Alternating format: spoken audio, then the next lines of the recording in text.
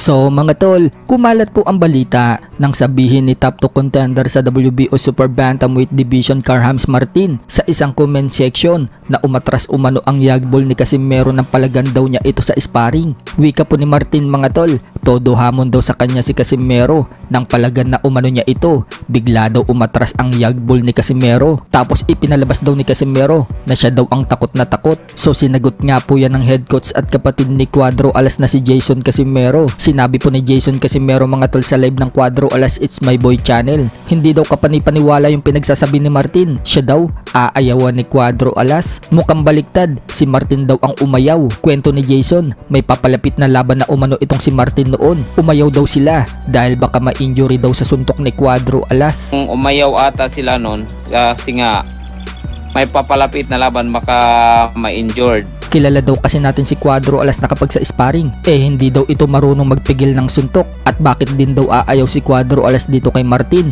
Wala naman daw power itong si Martin. Hindi daw kayang basagin ni Martin ang mukha ni Cuadro Alas. Nakita nyo naman yung wala namang power yan. Walang power yan. Bakit parang sinabi nilang takot?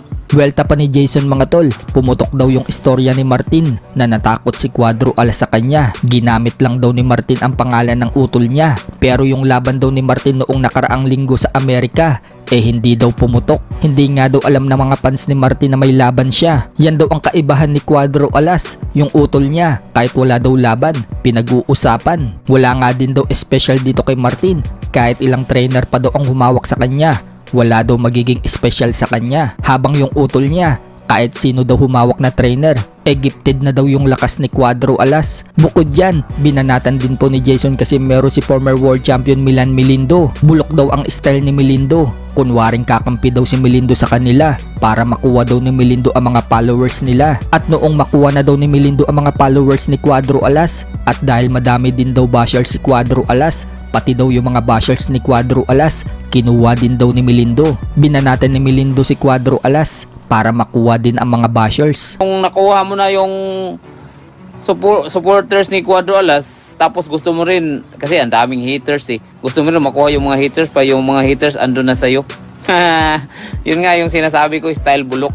Sa ibang balita naman mga tol, pinagtanggol po si Manny Pacquiao ng kanyang bilas. Nagpost kasi ito mga tol ng training ni Manny Pacquiao na minimit si Manny Pacquiao ni Buboy Fernandez. Sinabi nga po dyan sa caption mga tol, saluhin daw ng mga haters ang suntok ni Manny Pacquiao. Sinagot din niya ang haters na nagsabi na wala na daw si Manny Pacquiao. Nasa isip na lang daw kasi ni Manny Pacquiao na malakas siya, pero yung katawan daw nito deteriorated na daw. Ito naman po ang sagot ng bilas ni Manny Pacquiao, uminom ka na lang dyan.